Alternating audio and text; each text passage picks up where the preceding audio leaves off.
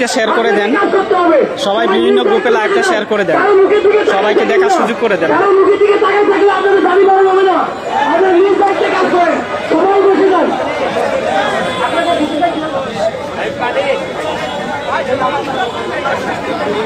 সবাই লাইভটা শেয়ার করে দেন, বিভিন্ন গ্রুপে 35-এর গ্রুপে লাইভটা শেয়ার করে দেন।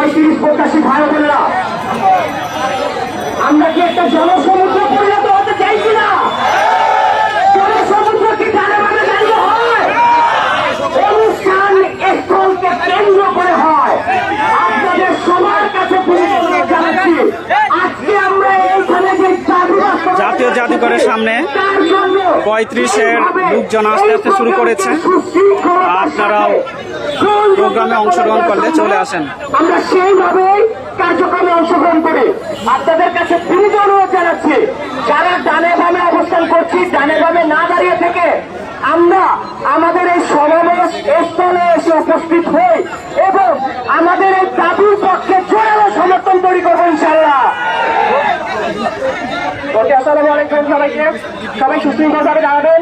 সামনে কেউ দাঁড়াবেন না, সামনে কেউ দাঁড়াবেন না, সামনে কেউ দাঁড়াবেন না। এখানে শুধুমাত্র একটা লাইন থাকবে, একটা লাইন হবে। শুধুমাত্র যারা সমন্বয়ক তাদেরকে যখন কথা বলা শুনতে দেওয়া হবে তারা কথা বলবে। আমরা বেশি কথা শুনতে চাই না। বেশি কথা শুনতে চান? আমরা দ্রুততম সময়ে যেগুলো একটা প্রবর্তন হতে চাই, তাই তো? তাহলে আপনাদেরকে শৃঙ্খল হতে হবে, আপনাদের কি হতে একটু শৃঙ্খল হতে হবে। আমরা জেলা টিমে যারা আছে কেন্দ্রীয় সমন্বয় তারা অনেক পরিশ্রম করছে, তাদের মনে কিছু বলা থাকতে পারে। আমি নিজে কথা বলতে চাই, তাদেরকে একটু সুযোগ দেয়। তো আমরা সর্বোচ্চ উপসময় তাদেরকে বিনীত সময় দেবো, জেলা টিমের সমন্বয়টা কথা বলা শেষে আপনাদের সাথে আমরা পরবর্তী পদক্ষেপে যাবো। আপনারা কেউ পেছনের দিকে আসবেন না, সামনের দিকে থাকবেন। পেছনের দিকে কেউ আসবেন না, সামনের দিকে থাকবেন। তো এই মুহূর্তে এই প্রোগ্রামটা সঞ্চালনা করবে রাকিব ভাই এবং মোস্তফা ভাই। সবাই লাইভটা শেয়ার করে দেন। ধন্যবাদ সাদ ভাইকে এবং মোস্তফা ভাই আমার সঙ্গে রয়েছেন সঞ্চালনায়। আমি এই প্রথমে আপনাদের সবাইকে অনুরোধ করবো একটু ধৈর্য সহকারে বসি, যেহেতু অনেক দিনের আন্দোলন, এই আন্দোলনটাকে আর অনেক লোক হয়েছে, আস্তে আস্তে সবাই আসতে শুরু করেছে। দেখেন, তো আজকে প্রথমে আমি সিরিয়াল অনুযায়ী ডাকবো, যাদের নাম ডাকবো। ভাই কাইন্ডলি আপনি এখানে এসে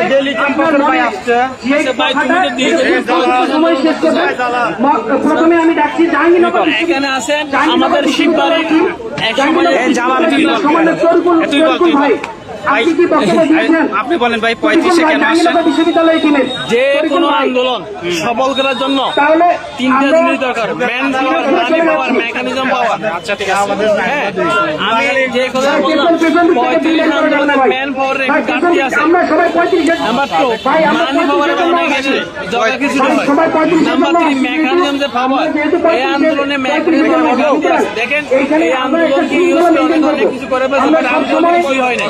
আচ্ছা ভাই, শুনতেছিলাম যে 35 হয়ে যাবে, ঠিক আছে? অবসরের বয়স হবে 65 আর হচ্ছে প্রবেশের বয়স হবে 35। এটা আসলে কতটুকু মানে সত্য, কতটুকু কথা এই সম্পর্কে আপনি কিছু বলেন? 35 হওয়াটা জরুরি। মানুষের যদি গৌরব বেড়েছে, এই জন্য চাকরি বয়স অবসর সীমা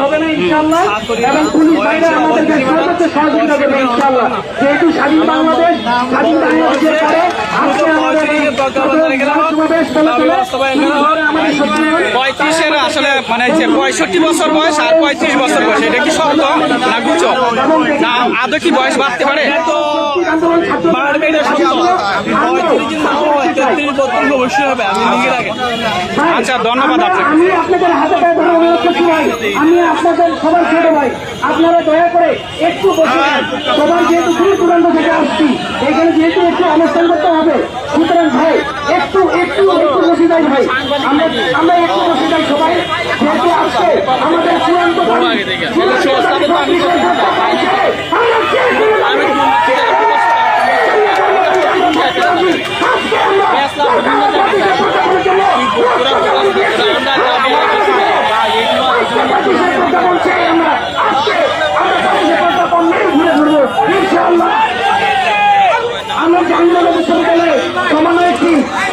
সবাই লাইভটা শেয়ার করে দেন। খুব সংক্ষিপ্তভাবে বলার জন্য, যেহেতু তরিকুল ভাই নেই এই মুহূর্তে, আমি দিনাজপুরে চলে যাচ্ছি।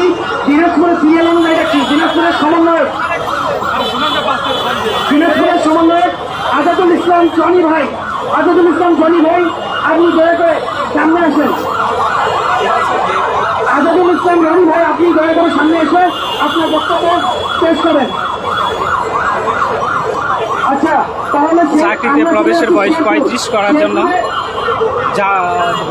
জাতীয় জাদুঘরের সামনে সবাই জড়ো হয়েছে। আস্তে আস্তে লোকজন আসতে শুরু করেছে, বিভিন্ন সারা বাংলাদেশ থেকে লোকজন আসতে শুরু করেছে। প্রোগ্রাম এইমাত্র শুরু হয়েছে।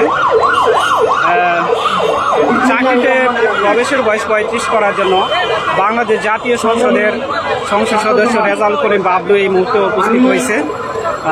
তিনি কিছুক্ষণের মধ্যে আমাদের সাথে কথা বলবেন। তরুণ প্রজন্মকে তিনি সবসময় সমর্থন দিয়ে গেছেন। তিনি চান চাকরিতে প্রবেশের বয়স বৃদ্ধি পাক। চাকরিতে বয়সের প্রবেশ হয়েছিল 25 বছর। ওই সময়ে মানুষের গড় আয়ু ছিল 46 বছর।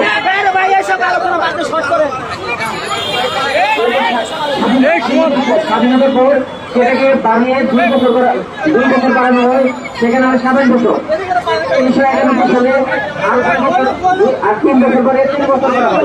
কিন্তু এরপর ডেভেলপে 30 বছর চলে গেছে, কিন্তু মানুষের গড় বেড়ে এখন ধরে হয়েছে 72.3 বছর। এরপর আমাদের চাকরিতে প্রবেশের বয়সীমা পারেনি। এরপরে আমাদের সরকার এক সময় সংসদে বলছিল যে যাদের বয়স বেশি তারা চাকরি পাওয়ার সম্ভাবনা কম। তারা বলেছিল যে 29 এবং 30-এর ভিতরে যাদের বয়স তাদের চাকরি পাওয়ার 1.67%। যারা এখন এই বয়সকে বাঞ্চাল করার জন্য 32 বলতেছে, তারা কোন উদ্দেশ্যে বলতেছে? আমরা যদি চাকরি নাই পাই তাহলে তাদের ভয় কিসের? আমি এই জন্য ঢাকা ইউনিভার্সিটির ফার্স্ট ইয়ার এবং সেকেন্ড ইয়ার যারা আছে, যারা এটার বিরোধিতা করতেছে, তাদের বিরোধিতার তীব্র নিন্দা করি। এবং এটা যে যৌক্তিক আন্দোলন, এর সম্পর্কে আমাদের হাজার রকম যুক্তি আছে। আমরা জানি বর্তমানে বেকারত্বের হার বাড়ার অন্যতম কারণ হচ্ছে আমরা চাকরিতে প্রবেশের বয়সটা পাচ্ছি না। সবাই লাইভটা বিভিন্ন গ্রুপে শেয়ার দিয়ে দেন, সবাইকে দেখার জন্য সুযোগ করে দেন, কারণ লাইভটা দেখে অনেকে প্রোগ্রামে আসতে পারে। যারা সত্যিকার অর্থে বয়স বৃদ্ধি চান তারা লাইভটা শেয়ার করে দেন, বিভিন্ন 35-এর গ্রুপে লাইভটা শেয়ার করে দেন। এ পর্যায়ে আমাদের যৌক্তিক আন্দোলনের দীর্ঘ সময় ধরে আমাদের সঙ্গে ছিলেন এবং দীর্ঘ সময়ে সহযোদ্ধা নয় আমাদের বলা চলে প্রতিক্রিয়া। এই দেখেন 35-এর আন্দোলনের লোকজন আস্তে আস্তে বৃদ্ধি পাচ্ছে।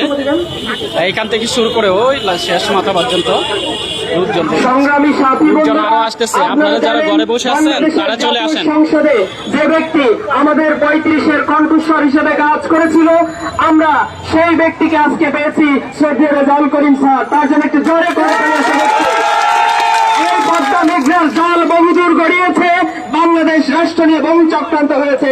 এই চক্রান্তকে আর আমরা মেনে নেব না। 35 প্রত্যাশীরা আজকে 35 নিয়ে ঘরে বেরবে ইনশাল্লাহ। এ পর্যায়ে যিনি জাতীয় সংসদে আনা ভোটের আয়োজন করেছিলেন এই 35 নিয়ে, এবং তিনি বহুবার এই 35 নিয়ে কথা বলেছিলেন শ্রদ্ধেয় রেজাউল করিম স্যার। আমরা এর মাঝখানে আমাদের ময়মনসিংহ টিম আমাদের মাঝখানে উপস্থিত হচ্ছেন।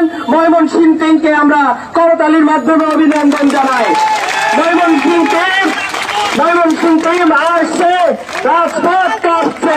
ময়মনসিংহ টিম আসছে, 35-এর শুভেচ্ছা, লাল গোলাপ শুভেচ্ছা। সংগ্রামী বন্ধুরা, এ পর্যায়ে আমাদের সবাই লাইভটা শেয়ার করে দেন। এখন সংসদ সদস্য রেজাউল করিম বাবলু স্যার কথা বলবে। যে আমাদের 35 পক্ষে সবসময় ছিল, দেখেন এখন আপনাদের সঙ্গে কথা বলবে। সবাই লাইভটা শেয়ার করে দেন। প্রত্যাশী ভাই বোনেরা, সংগ্রামী শুভেচ্ছা, আসসালামু আলাইকুম। আপনারা কেমন আছেন? বন্ধুরা, আপনারা জানেন আপনার 35-এর চাকরিতে বয়সের সীমা 35 বছর হোক, এটা নিয়ে আমি সংসদে একাধিকবার কথা বলেছি। আমি কোটা আন্দোলনের সংস্কার নিয়ে কথা বলেছি, যার জন্য আওয়ামী সরকারের চক্ষুষে হয়েছিলাম, যার জন্য আমি মানব মোকদ্দমা খেয়েছি শেখ হাসিনা সরকারের ক্ষেত্রে। 35 বছর এখন আমাদের সেই দিন কেটে গেছে। আমাদের কোঠা সংস্কার বাস্তবায়ন হয়েছে, কোঠা আন্দোলনে আমরা সফল হয়েছি, 35 আন্দোলনে আমরা সফল হবে ইনশাআল্লাহ।